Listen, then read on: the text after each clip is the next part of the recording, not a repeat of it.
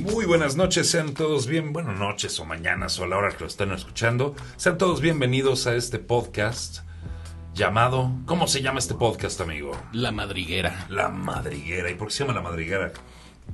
Viene del concepto de rabbit hole.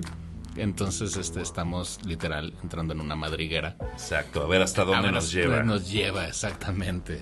Esperemos que nos lleve al país de las maravillas, güey. Posiblemente no.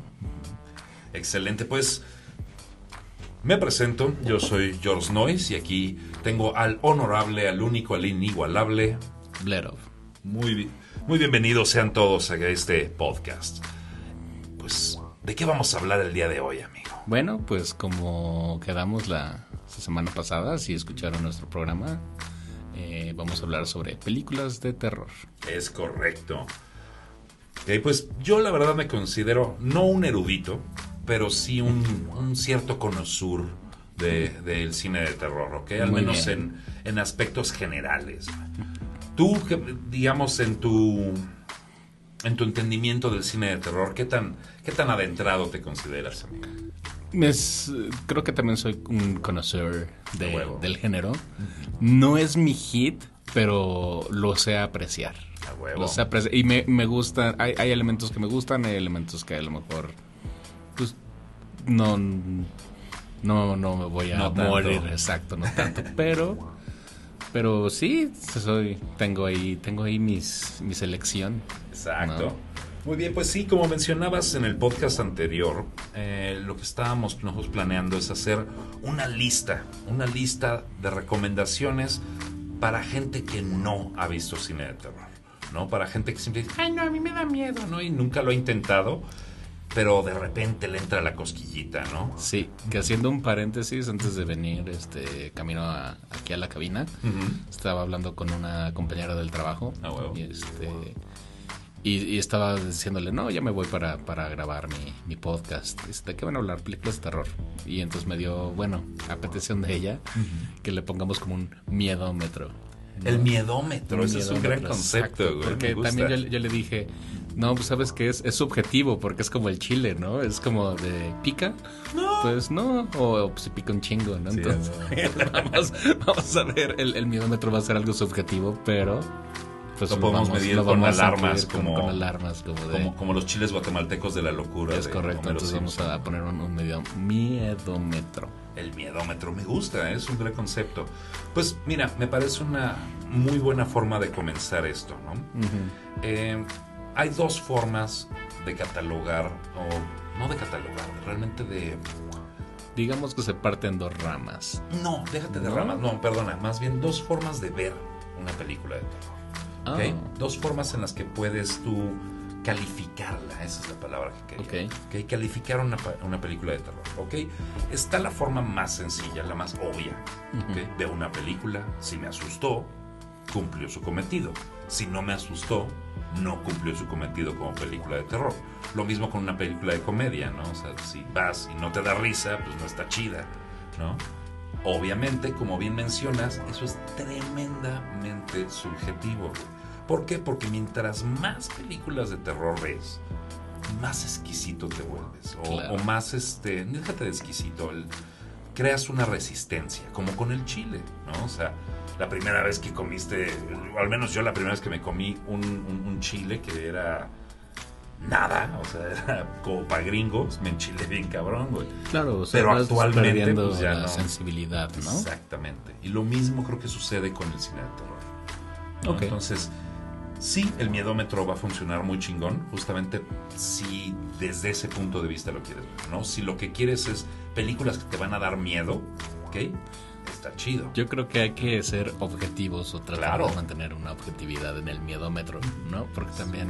Sí, claro. Yo digo que realmente lo que podemos ver es de las películas que veremos, ¿ok? Veamos cuáles realmente sí dan miedo y cuáles están dentro del cine de terror, son importantes para el cine de terror, son la escuela, ¿no? del cine de terror, pero realmente para nuestra sensibilidad en general, no nada más la nuestra, sino la sensibilidad de la gente del siglo XXI, pues ya están muy mild, ¿no? Ya están muy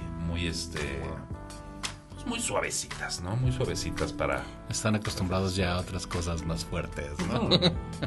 Sí, claro, o sea, morros que leen creepypastas, güey, y de repente les pones acá alguna peli de los monstruos de Universal, pues van a decir, está padre.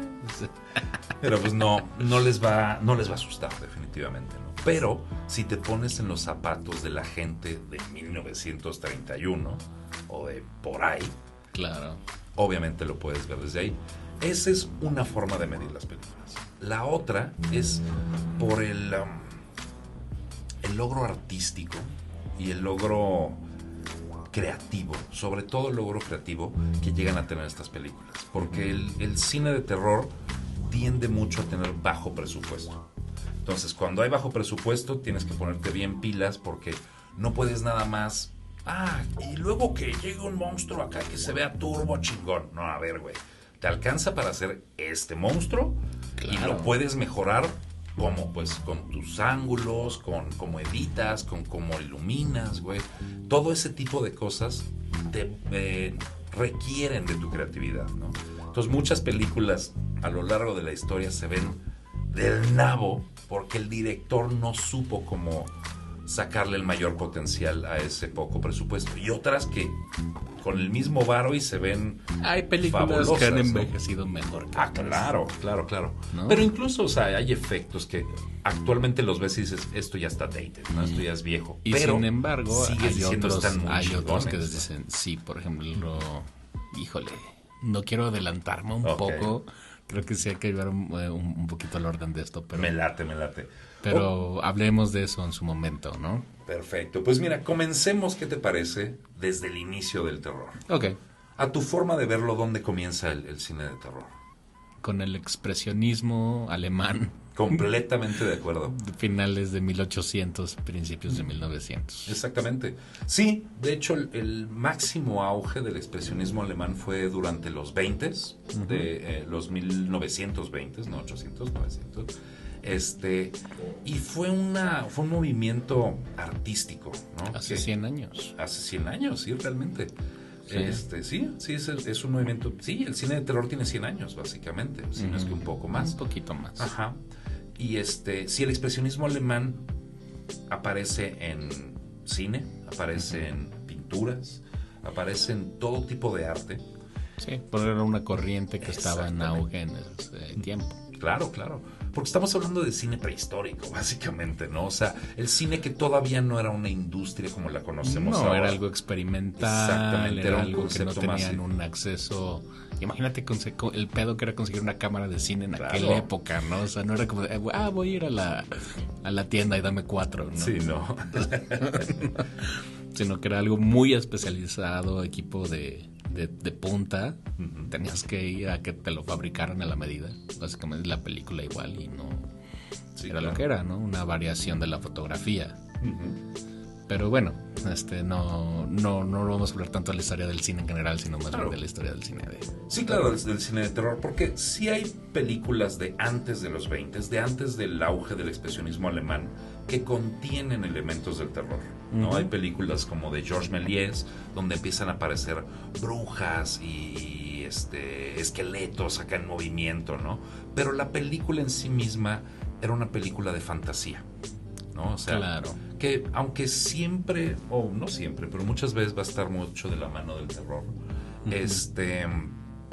sí es completamente otra corriente, ¿no? Entonces, hay ciertos elementos como halloweenosos, si gustas. Pues manejémoslo como en el protocine y como protocine de terror. Claro, ¿no? Exacto, es un protocine de terror. Sí. Por ejemplo, la primera versión de Frankenstein es muda. Y es de la compañía de cine de Thomas Alva Edison. Wow. Es una idea de hace cuánto es, güey. No nada más es muda cuando todavía no se les ocurría poner los letreritos con los diálogos. Sí, no. Cuando las pelis todavía era, ¿cuánto dura una película? Lo que tú quieras, güey. Entonces, me parece que dura como 18 minutos o una madre así, güey. O sea, era algo bastante experimental todavía. Sí, entonces, sí, o sea, era como te digo, es la prehistoria de este cine. Obviamente ya es cine, ya empieza a correr la historia del cine como tal, pero sí era muy arcaico, ¿no? Sí. Era una cuestión muy experimental, ¿no? O sea, Georges Méliès, su primera cámara era un proyector que él con sus herramientas cambió para hacerlo cámara, ¿no? Todavía era de madera y lo que hacías era que empotrabas la cámara y todo lo demás lo movías alrededor, güey. Sí. No movías la cámara, no había tal cosa como un movimiento de cámara.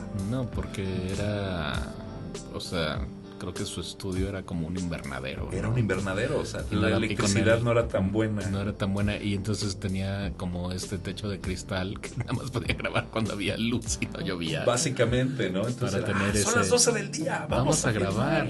Suficiente luz, exacto, ¿no? Sí, claro, era como decimos, era arcaico, ¿no? Sí, era arcaico. Pero sí, efectivamente, el expresionismo alemán, ese es el tipo de cine mudo que cuando pensamos en cine mudo creo que el por qué marca esa importancia es que creo que con el expresionismo alemán, con ese tipo de cine, nace la experiencia de ir al cine y ver una película y querer asustarte, ¿no? Claro. Entonces sí, es como claro. Vamos al cine, ya se convierte en ya viste esto y se vuelve esa actividad social. Claro, no, y estamos hablando de que en ese entonces Alemania era el competidor número 1 de Hollywood, o más bien Hollywood era el competidor número 1 de Alemania. Alemania eran los chidos, sí, ¿no? Ellos eran los que estaban haciendo mucho cine post Primera Guerra Mundial, pre Segunda Guerra Mundial, antes de que Goebbels dijera ahora yo hago todo el cine. Básicamente, sí, o sea, toda esta gente, y esto va a ser importante más adelante, por ejemplo. Sí. Pero sí, básicamente los alemanes eran los chidos para el cine, porque estaban jugando con corrientes artísticas, claro, más allá de pongo mi cámara y este es un señor hablando, ¿me entiendes? O gente que sale de una fábrica, cosas así que tendían mucho a hacer ese tipo de cosas. Era cine muy, muy precario, era un invento. Es como los primeros videos de YouTube, ¿no? O sea, era Edgar se cae. No eran producciones chidas. No, estaba en el momento, tenías el equipo y lo usaste para grabar algo. Entonces, y quedó ahí congelado en el tiempo gracias a la magia del cine, ¿no? Exactamente. Una capsulita del tiempo ahí. Exactamente. Y entonces, cuando empieza el expresionismo alemán, es cuando aparece el concepto de una industria de cine.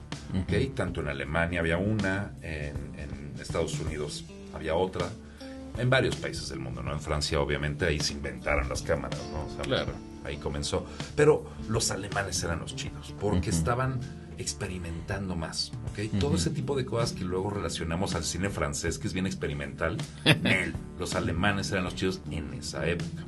Sí. ¿Okay? Y el que se vuelva, o que podamos llamarlo el inicio del cine de terror, es por una estética. Claro. Es una cuestión estética. Y creo que ahí ayudó mucho el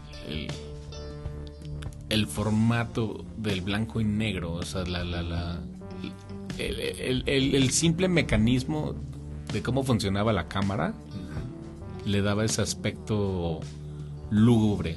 Claro. Porque estás jugando con puras sombras. Y en la corriente artística que era el expresionismo alemán, nada más tener esos contrastes de tienes dos colores y los grises, ¿no? No hay otra cosa. Sí, básicamente, ¿no? Y le daba ese feel, ese aspecto. Tal cual. Sí, le daba ese aspecto como dices, lúgubre, nada más por el simple hecho de que estaba en blanco y negro y el tipo de escenografía que utilizaba, ¿no? Porque en el expresionismo alemán hay mucho como dibujos 2D representando cosas 3D, pero con actores interactuando en ello. Entonces se ve como si estuvieras viendo un teatro, pero al mismo tiempo una pintura. Sí. Es una cuestión bien, bien chida. Bien extraña, porque también es como el inicio de algunas técnicas de cine, como el matte painting, ¿no? Exactamente. Entonces, el tener un fondo para tener tu descripción de la locación. Claro. Sí, porque los estudios no eran las bodegotas que eventualmente fueron. O sea, si ahorita uno va a los estudios Churubusco, que están aquí en la Ciudad de México, son unos enormes bodegones que aparecen hangares. Sí, son allá adentro es donde construyen todo este tipo de cosas. En ese entonces no tenían eso, güey. Tenían ciertas locaciones que podían convertir como en estudio, básicamente. Y si querías agregarle más, lo pintabas. Claro. Hacías una pintura, lo ponías en la pared y ahí está la noche estrellada, güey. Porque por lo mismo de la calidad de proyecciones, ¿ok? Porque actualmente cuando uno ve estas películas, usualmente son restauraciones en HD o en 4K, ¿no? Exacto. Pero cuando las ibas a ver en ese momento, o sea, era a ver cómo proyectaba el güey que trabajaba en ese cine, güey. Porque estamos hablando de una cosa completamente nueva que no les habían chido todos, güey, ¿no? O sea, y también dependía de cine a cine. Había cines bien mamones, güey, donde tenían una orquesta y ahí tocaban la música, porque la música no venía con la peli. Sí, y aparte iba a ser una experiencia distinta cada vez. O sea, a diferencia de hoy en día, donde la ves en tu casa o en el cine, donde quieras, ahí era esos elementos, ¿no? Que le agregaban. Pues yo la vi, pero mi experiencia fue increíble, o fue más o menos por la ambientación. Sí, claro, fui a un cine donde hay un ruco con una pianola, güey. Y estaba viendo acá algo bien lúgubre y dices, chale, ¿no? O sea, sí, obviamente había ciertos estudios que escribían el score, ¿no? Y lo mandaban junto con la película pero si ibas a mandar un score, pues era para los güeyes tener una orquesta. Sí, no para, tengo un güey que toca el piano, güey, acá, pues órale, mándale sí, obviamente, acá. Si estás en la podía ser del pueblo, pues no. Exactamente. No van a tener una filarmónica, ¿verdad? Claramente. Sí. Entonces sí, cambiaba muchísimo ese aspecto, ¿no? Y también la velocidad a la que se reproducían, ¿no? Porque todavía no se estandarizaba el que fuera 24 cuadros por segundo. Sí, no. Eso se estandarizó poco después, como en los 30. Y aparte, ahí era un ritmo cuando se grababa, que ese era otro tema. Si era una cámara manual, claro, era el pulso del que estaba grabando, porque no tenía como un gobernador que dictara el tiempo del shooter, ¿no? De los fotogramas. Pero entonces, cuando llevas esa película que fue grabada a quién sabe qué rate, güey, salió... Sí. Y de repente la pasas en un proyector y dices, ¿qué rate le pongo, jefe? Pues ponle a 12 cuadros, a ver si cuadra. Y así salían, así entonces salían. A veces las veías más rápido o más lentas o muy extraño. Era muy... ¿no? Y entonces el del piano estaba acá.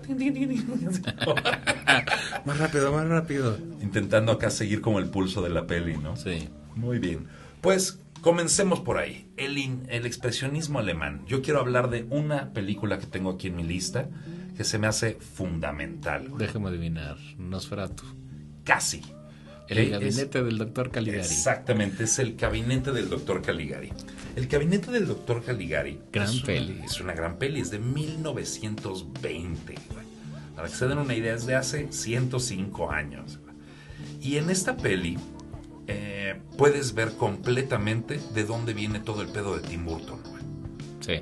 ¿No? O sea, para toda la gente que no sabe cómo se ve el expresionismo alemán, Tim Burton. Básicamente, ese concepto de el arte de Tim Burton está intensamente ligado a este tipo de movimiento, ¿no? Tiene más cosas, obviamente no es nada más eso, no es una copia tal cual, pero tiene raíz, la influencia fundamental, sí, claro. Está arraigado ahí. Sí.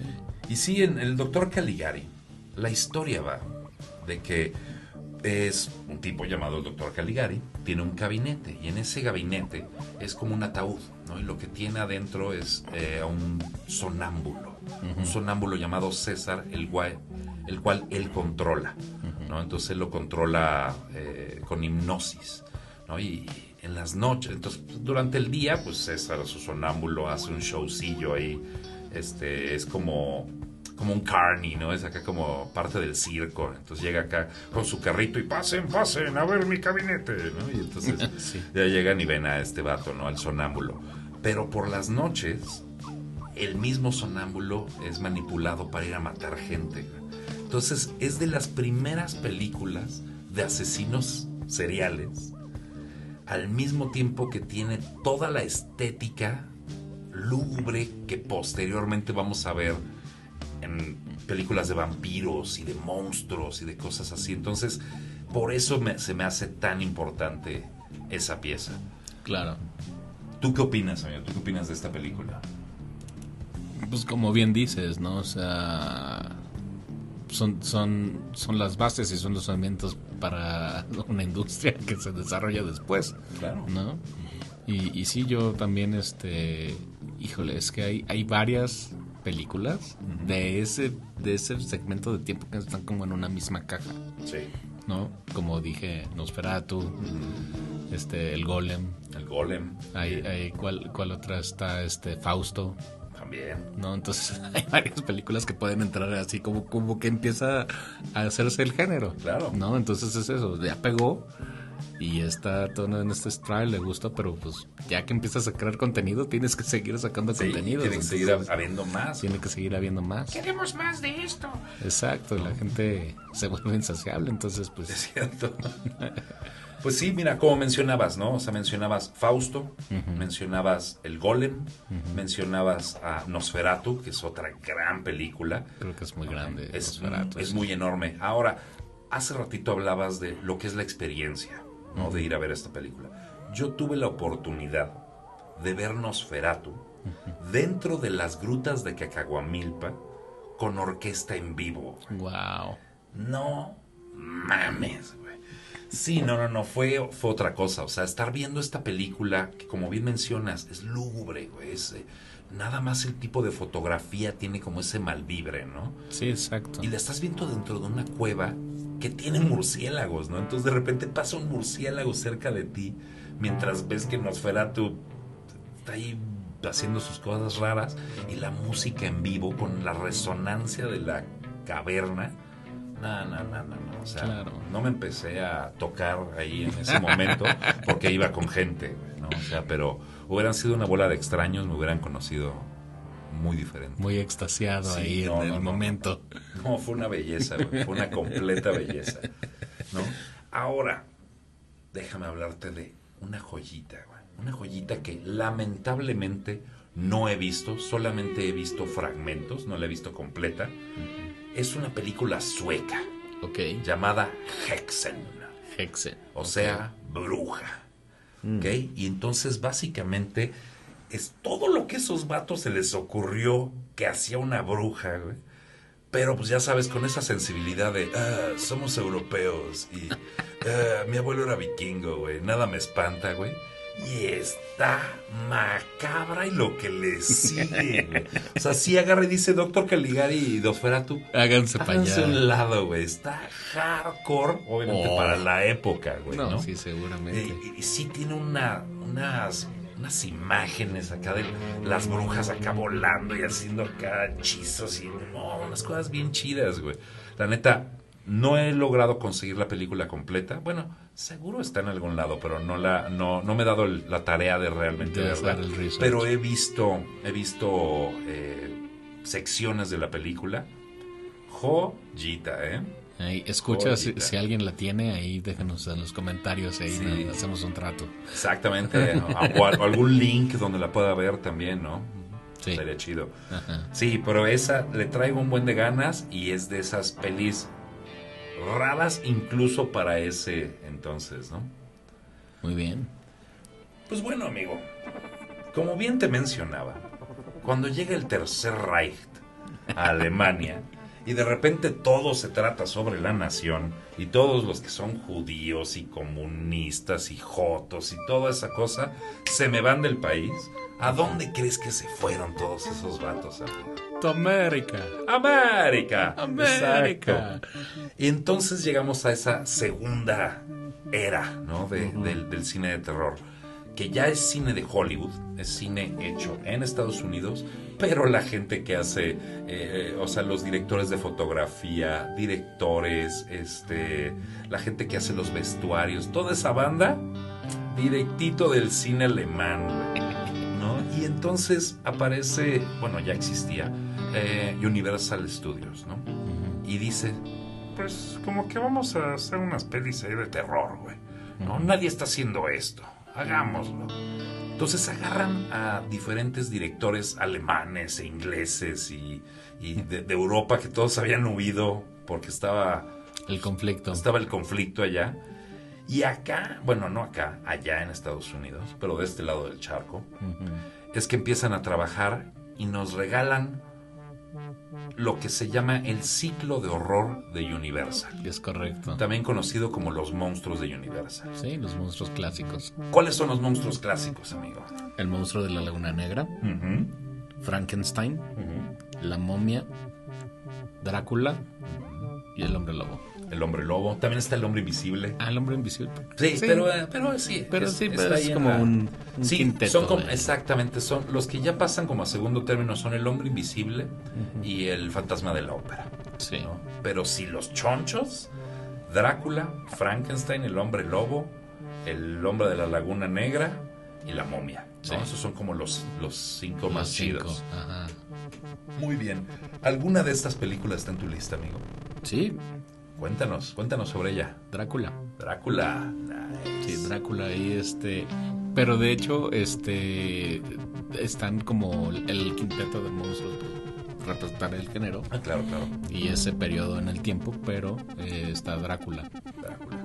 La momia es extraño, pero fíjate que a mí me tocó hacer la audiodescripción para la momia. ¿No? Entonces tuve como que un poquito más de apreciación por la momia, porque no es lo mismo trabajar con una película por cuestiones laborales me voy a sentar, la voy a ver, la voy a disfrutar.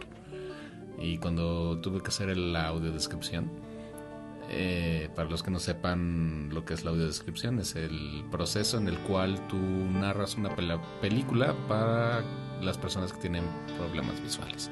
Tal cual, ¿no? Entonces te vuelves la tía chismosa que está sentada en el cine. ¿Ya viste? ¿Qué te está pasando esto? ¿Qué está pasando? Ya empiezas a narrar, entonces dices, no, el personaje, describes la escena como es, entonces se vuelve un poco de construcción de la película, porque como ejercicio pues es bastante bueno, ¿no? Claro. Si eres guionista, escritor o trabajas en el cine, empiezas como que a desglosar y ver cosas que a lo mejor pasarían de largo, ¿no? De otra forma. Sí, claro, porque tienes que analizar todo lo que está sucediendo. Y te tienes que regresar y volverlo a ver. Entonces lo ves varias veces, sí. Entonces, sí, claro. Curioso. Sí, wow. Audiodescripción de la momia. Sí, me tocó hacer la audiodescripción de la momia. Muy bien, pues mira, ahorita que mencionas a Drácula y la momia, son 2 de las primeras 3 que salieron, ¿no? La primera fue Drácula, fue un hitazo en su momento, con Bela Lugosi, que Bela Lugosi era un actor húngaro que empezó con Drácula no en la película, sino en la obra de teatro, ¿okay? Porque la novela fue convertida a obra de teatro y esa obra de teatro fue adaptada a cine, ¿okay? Entonces, cuando Bela Lugosi tomó el papel de Drácula, no hablaba inglés, se aprendió sus diálogos fonéticamente. ¿Okay? Básicamente, I am the Count, acá. No tenía ni idea de lo que estaba diciendo. Para él era washa, washa, washa, washa. Básicamente, así fue como lo aprendió. Ya para cuando hizo la película, ya hablaba inglés. Ya se había mudado a Estados Unidos ya después de un rato, ya había vivido ahí. Y aparte, ya se sabía ese guión, se lo sabía de cabo a rabo, ¿no? O sea, ya lo había estudiado muchos años, dando durante años, ¿no? O sea, aprendió inglés gracias al guión de Drácula. O sea, qué tan más ligado al personaje puede estar, ¿no? Sí. Entonces es un hitazo la película, ¿no? Y inmediatamente dice Universal, ¿qué otra podemos adaptar? Y el segundo fue Frankenstein. Entonces contactan a Bela Lugosi, ¿no? Le dicen, oye, ¿qué pedo? ¿No quieres ahora ser el monstruo de Frankenstein? Dijo, esa cosa es puro maquillaje, no tiene acá pinache y estilo, acá como Drácula. No lo quiero. Bueno, está bien. Y entonces se ponen a buscar otro actor y encuentran al único e inigualable Boris Karloff. Sí. ¿Okay? Boris Karloff era un actor inglés. ¿Okay? Si alguna vez han visto una imagen del monstruo de Frankenstein, es Boris Karloff. ¿Okay? Y si alcanzan a ver que del lado derecho tiene como hundido un cachete, es porque el güey se quitaba las dentaduras y estaba tan flaco de que no tragaba porque estaba muriéndose de hambre, que se le chupaba toda la cara, güey. Entonces, esa es la 1.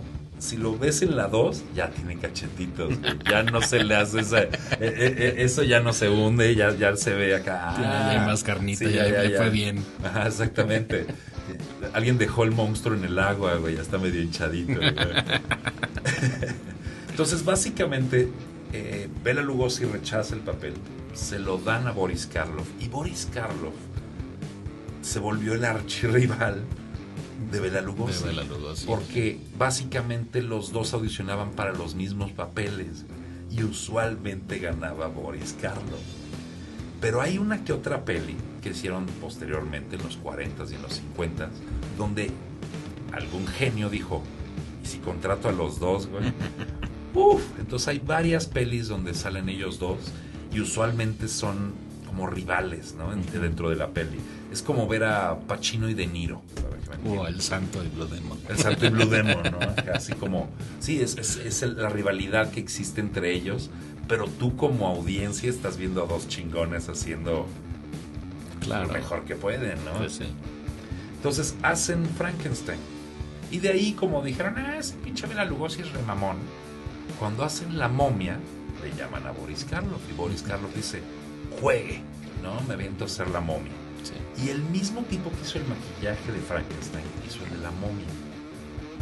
Lo que nadie le explicó a este vato es que la momia así momificada iba a aparecer en una toma. Entonces, el güey hizo un pinche maquillaje pasado de lanza, güey.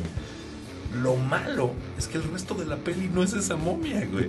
El resto de la peli es Boris Karloff con maquillaje como de viejito para que se arrugara un poco. Sí, claro. Es que sí. Pero bueno, fíjate que de todas maneras esa escena está muy bien lograda. La escena cuando sale todo así en el sarcófago. El problema es que es la primera escena. Pues sí, pero de ahí ya no necesitas más. Lo demás es storytelling. Tal cual. Lo demás ya cambia el... Y si te fijas, muchos elementos de la momia original se traspasan a la versión de Brendan Fraser. Fraser. Es el mismo. Es el personaje. Exacto, es el mismo personaje. Es un remake. Sí, es un remake de esa historia. De la momia. También hecho por Universal, nada más 60 y pelo de años después. Pues creo que decían, hay que renovar nuestros rights. Tal cual. Sí, básicamente. Bueno, que por ejemplo ahí la momia es de Universal, ¿no? Porque tanto Drácula como Frankenstein eran novelas, ¿no? Que fueron adoptadas. Pero la momia es un invento de Universal. O sea, obviamente las momias existen desde hace un chingo, ¿no? Pero no el monstruo, la momia, ¿no? El concepto de la momia. Exacto. Sí, para todos los que pensaban que había sido el santo, no fue el santo el que inventó el concepto de irse a pelear con las momias. No.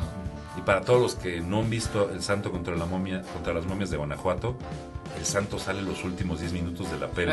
La peli es de Blue Demon y 1000 máscaras. Sí, acá, lo siento, no quería arruinarle su infancia, pero así está la onda. Pero bueno, ok, I digress. Un poquito, para eso es el Rabbit. Tal cual. La madriguera. Pero bueno, aparecen este ciclo de películas de Universal y pues obviamente querían más, ¿no? Y entonces hicieron La novia de Frankenstein, La hija de Drácula, El hijo de Frankenstein, La casa de Drácula, La casa de Frankenstein. Hasta que, bueno, obviamente ellos fueron los primeros en construir un universo cinematográfico a la onda Marvel con la película Frankenstein contra el hombre lobo. ¿Okay? Y fue el primer mashup y fue un hitazo. Ya después ya era Frankenstein, el hombre lobo, Abbott y Costello, güey, ¿no? O sea, se fue deformando. Como las películas de Marvel. Como las películas de Marvel, ¿no? Empiezan acá con, están bien chidas y luego, fuck. Sí, dos décadas de lo mismo ya no es lo mismo. Ya está todo tal cual. La historia tiende a repetirse. ¿No? Sí. Y entonces estos fueron los ciclos de Universal, ¿no? Empezaron en los 30s con estos 3 monstruos clásicos. En los 40s aparece ya el hombre lobo. También otro que es personaje inventado por ellos. O sea, existía el concepto de un hombre lobo, pero no esa historia. Entonces, si yo quisiera adaptar esa historia, los derechos son de Universal. Si quiero hacer cualquier otra peli de hombre lobo, no hay lío, ¿no? Y hasta los 50 es que aparece ya en su last hurrah la criatura de Black Lagoon. Sí, la criatura Negra. de la Laguna Negra, perdón. Sí, creo que ahí lo que pasa, estudiando el fenómeno, es de que es el cine de terror que hizo Universal en ese periodo era cine A. Correcto. Y después pasó a ser cine B, pero por inercia. ¿No? Entonces es una transición donde tienes estas pelis que pegaron bien chingón, que rompieron ahí estigmas y cosas, y de pronto pues quiero esa necesidad de seguir explotarlas y más barato y pagando menos, y se convirtieron en películas serie B. Exactamente. Y cuando acaba la guerra, pues viene el boom de las películas serie B. ¿No? Pero por mucho, sí. Durante los 50, la era atómica y toda esa onda. Exacto. Sí. Y mira, bien, sí es cierto lo que estás mencionando, ¿no? Que se volvieron serie B. Y hay buenas razones del porqué, ¿ok? Uno, aparece el Hays Code, ¿no? Que el Hays Code es básicamente la guía de lo que sí puede aparecer en una película y no puede aparecer en una película, ¿no? Sí, la necesidad de autorregularse. Sí, por moralismos, por anécdotas, porque de cierto modo tiene sentido, ¿no? Claro. Pero si sobreregulas ya se vuelve censura y se vuelve otras cosas, ¿no? Entonces tiene que haber como un balance. Exactamente. Y esto fue lo que sucedió, ¿no? En los 30 las películas no tenían este código, pero ya a partir de los 40 sí. Entonces, el cine de terror pues, le quitaron los colmillos, básicamente, ¿no? Entonces, es mucho más fácil decir, aparece un alien con tentáculos, es el monstruo, o el monstruo es una hormiga gigante, o cosas así, que ya no son un vampiro o un ahora sí que un monstruo intentando matar gente por maldad, sino porque son criaturas, ¿me entiendes? Y pero obviamente eso solamente pasó en Estados Unidos. Claro. ¿Okay? Mientras tanto en Europa empezaron a aparecer varias vertientes de cine. Entonces al mismo tiempo que en Estados Unidos tienes las invasiones de el hombre del planeta X, que están hechas, como bien dices, son películas B, son películas de bajo presupuesto, con la intención de que te quedas al cine permanencia voluntaria y pues tú te quisiste quedar y ahí te va este churro, ¿no? Básicamente. Entonces sí, a los ojos del cineasta o del cinéfilo, se volvieron como de una segunda categoría, ¿no? Sí, se volvieron como los churros, ¿no? Básicamente, esas pelis acá que ya no son serias, ¿no? No tienen el nivel artístico que tenía Nosferatu, ¿no? Sí. Que tenía el mismo Drácula, ¿no? Ya se vuelven producciones de segundo pelo, ¿no? Segunda clase. Y de esta época, amigo, ¿hay alguna película que te... Pues ahorita que estabas mencionando, sí hay varias, porque Claro. ya empiezan a salir esas vertientes, ¿no? Ya no es nada más que el monstruo, ¿no? Ya tiene muchas cosas. Y hablando de cine que ya no es solo de Estados Unidos, y estamos, ¿en qué año estamos? ¿En los 50? Ajá. Godzilla. Claro, Godzilla. Es el kaiju por excelencia. Pero ¿no? por supuesto, sí, porque para toda la gente que ve las películas actuales de Godzilla, las pelis actuales de Godzilla no son de terror, son de acción y madres así. Sí. Pero la original era un terror, o sea, era claro. acá, hay un monstruo en la ciudad y todo lo ves a través de los ojos de la gente de la ciudad. Deja eso, es una Una alegoría. Una alegoría de la guerra porque les cayó una bomba hace 10 años. Dos bombas. Sí, ¿no? Exacto. Y tienes entonces pues, todavía hay gente que está muy, muy tocada por la guerra. Por supuesto. Pero mal. Pero mal. Y entonces, pues de pronto sí, o sea, Godzilla se convirtió en algo muy Si tú la ves ahora y ves a un hombre disfrazado de monstruo gigante destruyendo una maqueta, ciudades, pues obviamente ni te va a asustar y en el miedómetro no va a marcar nada. Es como el jalapeño del miedómetro, pero en aquella época pues, lo que estaba conectando era con el miedo que ya traían. Claro. Y el hacer ese vínculo y esa alegoría fue lo que hizo que se quedara ahí, que evolucionara el personaje. Claro, porque era un terror existencial, güey. O sea, estaban procesando, como bien dices, 2 bombas atómicas, ¿no? Acá. Sí. ¿Y cómo lo están procesando? Pues a través del arte. A través del arte, básicamente. Entonces sí hay un peso artístico choncho, al menos en la primera película de Godzilla, que al igual que con los monstruos de Universal terminaron deformándose en sus secuelas, claro. ¿no? Y se fue haciendo cada vez más digerible, cada vez más papilla, güey, para que fuera diversión de los niños en la tele, casi. Sí, exactamente, ¿no? Sí, es cierto. Y sí, o sea, sí, si hablamos en Japón estaba sucediendo eso. En Inglaterra, curiosamente, toman como todos los monstruos de Universal y hacen nuevas versiones. Está la versión de Drácula. Y ahí, digamos, el Boris Karloff de estos vatos era Christopher Lee, ¿no? Y su archinémesis era Peter Cushing, ¿no? Para los que no saben quiénes son estas personas, estamos hablando de Saruman el Blanco. Y Peter Cushing sería el general a cargo de la Estrella de la Muerte en Star Wars 1. ¿Cómo se llama? ¿Tarkin? Sí, Tarkin. ¿No? Entonces, sí, son este tipo de actores como muy serios, muy excelentes villanos, básicamente, ¿no? Sí. O sea, gente que sabes que va a cumplir chido en ese sentido. Y en Estados Unidos tienes a su contraparte, que es Vincent Price. ¿Ok? Para los que no saben quién es Vincent Price, si han escuchado la canción de Thriller de Michael Jackson, todo ese diálogo de And the goose come out at night, ese güey es Vincent Price. Ok, entonces ese güey se volvió... sí, es la definición del terror de la época. Tal cual, sí. Entonces necesitamos a alguien malo, llámala Vincent Price. Sí, exacto.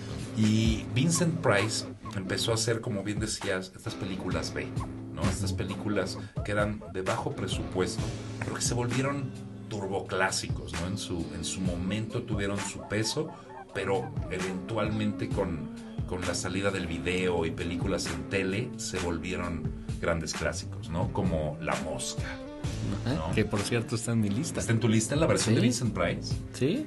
Grande, grande. Sí, está en mi lista. Eventualmente explicaré por qué pregunto si es la versión de Vincent Price. Ya llegaremos a eso. Pero sí, esa es una gran peli. Cuéntanos sobre esa peli, amigo. Bueno, es el concepto de La Mosca, ¿no? También si han visto la otra versión, la versión ochentera, es básicamente el mismo concepto, nada más que el monstruo la transformación de la mosca es menos terror corporal, ¿no? Claro. Menos Cronenberg. Sí, claro. Y más como caricaturizado, ¿no? Sí, exacto, es como sí, tal cual, ¿cómo saldría esto en una caricatura, básicamente? Entonces, digo, el concepto a lo mejor estaba innovador para la época, pero termina con el help me. Sí, claro. Así del personaje. Y el personaje que se transforma en la mosca está atrapado en una telaraña y se lo va a comer la araña. Y termina la película. Sí, claro. Pero la razón por la que está es precisamente porque no puedes tener una secuela sin la original, a pesar de que la secuela remake, el remake, perdón, sea superior a la original. Completamente de acuerdo. Sí, la mosca... A mí, en lo personal, me gusta más la versión ochentera. Es infinitamente superior. Considero que sí. Pero creo que hay otras... Exactamente, hay otras películas de la época que también son superiores a la mosca de esa época, ¿no? Sí, claro. Que llegaré ahí en su momento. Claro, sí. Pero, sí. pero si te estás compitiendo parejo en los 50s y vas a ir al autocinema a ver la mosca, claro. Es una experiencia, ¿no? Sí. Mi favorita de Vincent Price de esa época es una que se llama The Tingler. Permítanme platicarles sobre The Tingler. Ok, Vincent Price es un científico loco, como siempre, o como muchas veces. Sí. Y descubre que todos los seres humanos en la columna tenemos una especie de parásito llamado el Tingler, ¿no? Uh-huh. Y lo que hace esta madre es que, o sea, ahí vive en nuestra columna y no tiene lío, pero lo sientes cuando te asustas, ¿no? Entonces, cuando te asustas y sientes ese hormigueo por la columna, es el Tingler, ¿no? Y la única forma de hacer que el Tingler no te controle y te coma, uh-huh, básicamente, es gritando. Es la única forma de controlar al Tingler, ¿no? Entonces, Vincent Price dice, ¿qué tal si forzo a una mujer muda a que pase el terror más terrorífico de su vida, ¿no? Sí. Y no va a poder gritar, entonces va a poder obtener el Tingler, ¿no? Uh-huh. Y la forma en la que lo hace es que le da LSD. Pero estamos hablando de una película de los 50s, blanco y negro. Entonces, cuando ves el viaje en ácido de esta chica, es terrorífico, ¿no? O sea, aparecen manos peludas, güey. Hay que tomar en cuenta sangre. Que para esa época el LSD no era algo satanizado. No, para nada. Era algo muy experimental. Científico. Y porque fue concebido en un laboratorio. Claro. Y lo mandaban a todos lados para que todo el mundo tomara y hiciera experimentos con él. Sí. Entonces, Vincent Price, si eras un científico en esa época, gobierno, necesito 10 litros de LSD. 10 litros. Wow. Te lo mandaban sin pedos, así, no questions asked. No, cantidades obscenas de LSD. Wow. Industrial. Pues bueno, y LSD de grado industrial y de ¿quién sabe cuánto le echó a esta morra? Pero se turbo mal viaja, ¿no? Pero les repito, la película es en blanco y negro, excepto en las escenas donde está viajando esta ruca en ácido. Entonces la sangre es así turbo roja y no se ve para nada como se veía en Viaje en ácido. Pero para alguien que no tenía ni idea de cómo se veía algo así, está muy bien logrado, güey. Claro, y aparte, digo, estás creando ahí es un mecanismo para contar la historia, claro, ¿no? Y imagínate, crecen 10 años después, el LSD es malo. Sí, exacto. No, entonces, sí, exacto, la ves acá de morro y las drogas son malas. Sí, son malas, chicos. Sí, no hagan drogas, no tomen LSD sí, para que les saquen el Tingler. Sí, no. Si alguien dice, te quiero sacar el Tingler, tómate esto, no se dejen, díganle no y cuéntenle a quien más confianza le tenga. Sí. No es cierto, no hagan caso, no es cierto. Bueno, el caso es que sí logra conseguir el Tingler. Sí. ¿Y para qué quiere el Tingler? Para matar a su esposa, claro, güey. Porque siempre, Vincent Price siempre está pasando por el peor matrimonio, güey. Siempre la esposa lo quiere matar a él y él quiere matar a la esposa. Siempre. Una relación tóxica. Sí, claro, acá. No, muy mal. Sí, no, es película de terror, amigo. Claro. ¡Ay, no! Me recuerda a mi ex. Sí, no. Entonces, ese es un peliculón. Y sí, todo ese cine de cine tipo B, wow. Sí, wow, ¿no? Wow. No, es que hay muchas cosas. Es que ahí. No es que más bien nace y tiene un boom el cine serie B, pero el boom ahí se queda, güey. Ya nunca se fue, güey. No, y siguen sacando a la fecha churros, güey, que dices, wow, ¿ya viste este churro? Sí, no, es que ahora ya salen directo a Netflix, ¿no? Sí, salen directo a plataformas, sí, exacto. Ya contenido. Exacto, contenido, ven esta mamada. Sí, chéquense esto, güey. ¿Cómo se llama? Hay una que no he visto, pero es como el Velocipastor, güey. Ah, sí, Velocipastor, güey. Sí, todas esas pelis acá de Sharknado, güey. Sí, exacto. De ahí para abajo vienen de esa rama, vienen de esa rama. Eso es lo que nos quedó, güey. Y entonces, en 40 años va a haber un par de güeyes hablando acá en su podcast. No, es que Sharknado, güey, todo el proceso, güey. Sí, van a estar ahí mamando igual que nosotros. De mamadores. Pero sí, básicamente, sí tiene su encanto el cine de serie B, ¿no? Y hasta ahorita, absolutamente todo en el miedómetro está súper bajo. Sí, puro ¿okay? Todo lo que hemos mencionado es acá catsup. Sí. ¿No? Es que catsup chipotle. Ándale. Mayonesa chipotle. Eso es lo que es, güey. Le da un poquito de sabor, güey, pero sí, absolutamente nada de esto te va a dar miedo, ¿no? Para nadita. Vamos a usar la Valentina. Entonces, de repente aparece un tipo. ¿Okay? Tarararán, tatán, tarararán, tatán, tarán, tatán, tarán, Good evening. Good evening. Okay, sí, se aparece Sí. Alfred Hitchcock, ¿no? Alfred Correcto. Hitchcock ya era conocido como el maestro del suspenso. El suspenso, obviamente, es mucho mejor visto que el terror, ¿no? Para el ciudadano promedio. Entonces, Alfred Hitchcock la está rompiendo, pero con todo, ¿no? Pero Hitchcock ya llevaba un rato. Ya llevaba un rato. En cine, nada más Él que no empezó, estaba... curiosamente, en Alemania en los 20s. Sí. Sí, Alfred Hitchcock, para cuando estoy hablando de lo que voy a hablar, ya estaba perfectamente Ya posicionado. estaba súper curtido. Ya curtidísimo. llevaba un ratote. No es como que de pronto, hola, soy... No. No. Sí, O hola, sea, buenas tardes, me llamo Alfred Hitchcock. No. No. Ya era acá de, señor Hitchcock, bienvenido a su propia oficina En los dentro de estudios, Universal los Studios. exactamente. No, o sea, el tipo ya tenía una oficina, ya no... Sí, ya era una Ya nada más era, institución. quiero hacer esta peli. Y ya le daban varo y la hacía. Exactamente. O sea, nadie se metía. Y entonces él, pues, de vez en vez veía sus churros, ¿no? Veía pelis acá de serie B.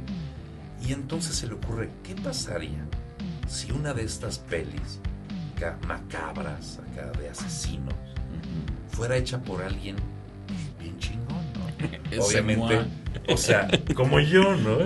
Y entonces Exacto. decide hacer Psicosis, ¿no? Y esa peli, volvemos a lo mismo, para estándares actuales no da miedo, ¿okay? Pero en su momento toda el aura que creó. Y fíjate que creo que mencionas o que mencionaste hace lo de los estándares y lo de las regulaciones. Como que la comisión iba todo el tiempo sobre él para decir, oye, güey, no puedes hacer esto. No, yo no sé, no, vela bien, güey, tú crees que viste.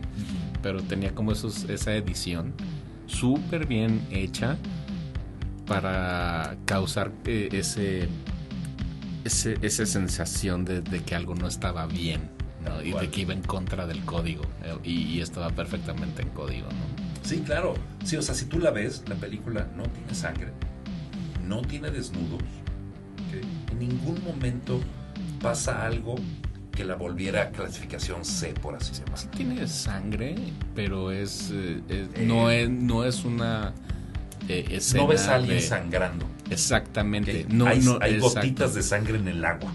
Es correcto. O sea, son detallitos que dices. Dark Bastard. Sí, claro, porque aparte era Hershey's, era chocolate Hershey's. Era Hershey, o sea, pero como es blanco y negro, se ve perfecto. Se ve perfecto, sí. O sea, sí, tal cual. Y curiosamente, sí, como dices, ¿no? La gente que estaban ahí auditándolo, ¿no? Acá, a ver, chécale.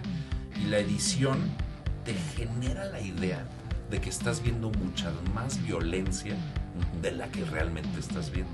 Correcto. Curiosamente, la única toma que sí rompe el código Hays, güey, y no fue porque Hitchcock lo quería hacer, sino porque el escritor lo quería hacer, es que sale un excusado, güey. ¿Ok? En las películas, ahorita, próxima vez que vean una película de ese entonces, chequen, nunca sale un excusado, güey. ¿Ok? Claro. Porque era mal visto, güey, era algo Sí, es como de mal gusto. De mal gusto. Sí, entonces, y estamos hablando que la cultura que había en ese entonces era una cultura sumamente reprimida, claro, en cuestiones sociales. Sí, estamos hablando de la época del Manuel de Carreño, ¿no? Acá de los buenos modales, y así se hace. Sí, época de la Silent Generation. Sí. Ni siquiera boomer, del Silent Generation. Los anteriores. Que venían de estar en una guerra. Sí. Y que tenían cero tolerancia al bullshit, ¿no? Sí, a todos. Sí, y a todos. Eso no.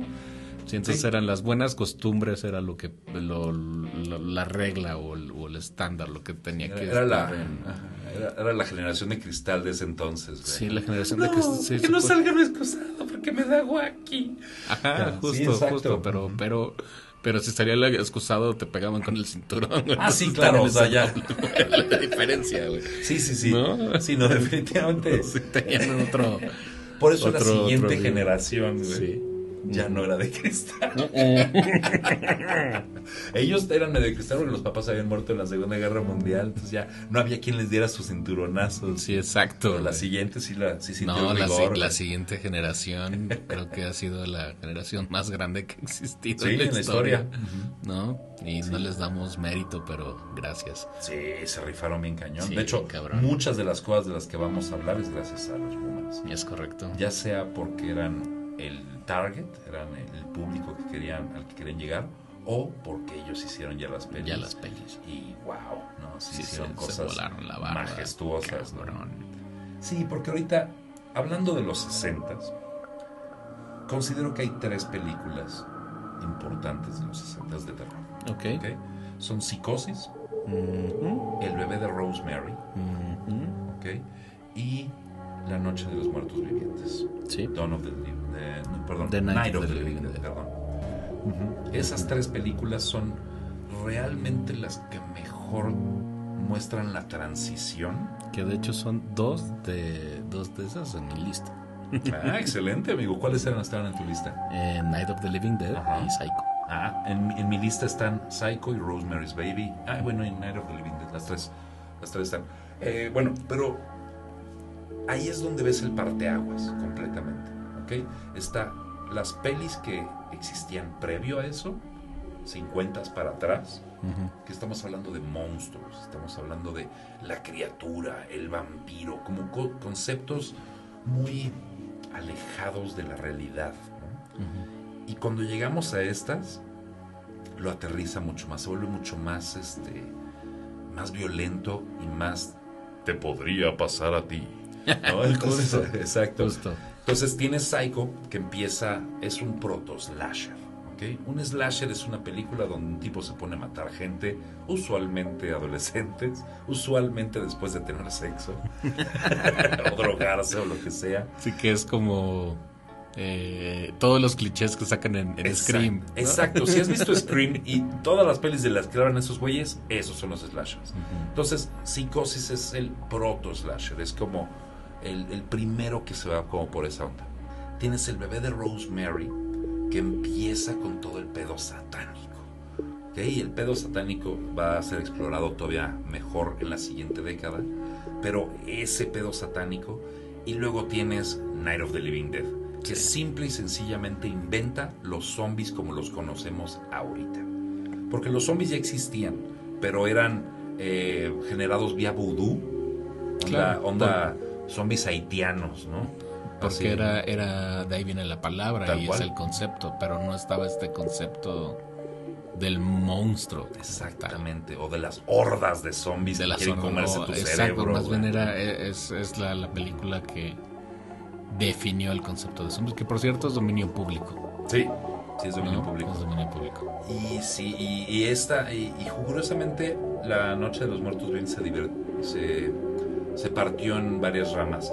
Pero, ¿qué te parece, amigos, si lo dejamos hasta aquí en este episodio, en esta primera mitad del siglo XX, básicamente? Nos fuimos desde los 20 hasta antes de los 20 hasta los 60, y en el siguiente episodio ya le damos a la machaca. Me parece bien, ya retomamos. Entonces esta fue la primera parte de nuestra selección de terror aquí en La Madriguera. Sí, entonces nada más para un pequeño resumen, vean cine de expresionismo alemán. La siguiente era son los monstruos de Universal. Luego en los 50 tenemos el cine de serie B y el cine internacional como Godzilla o como las películas de Hammer, que son las británicas.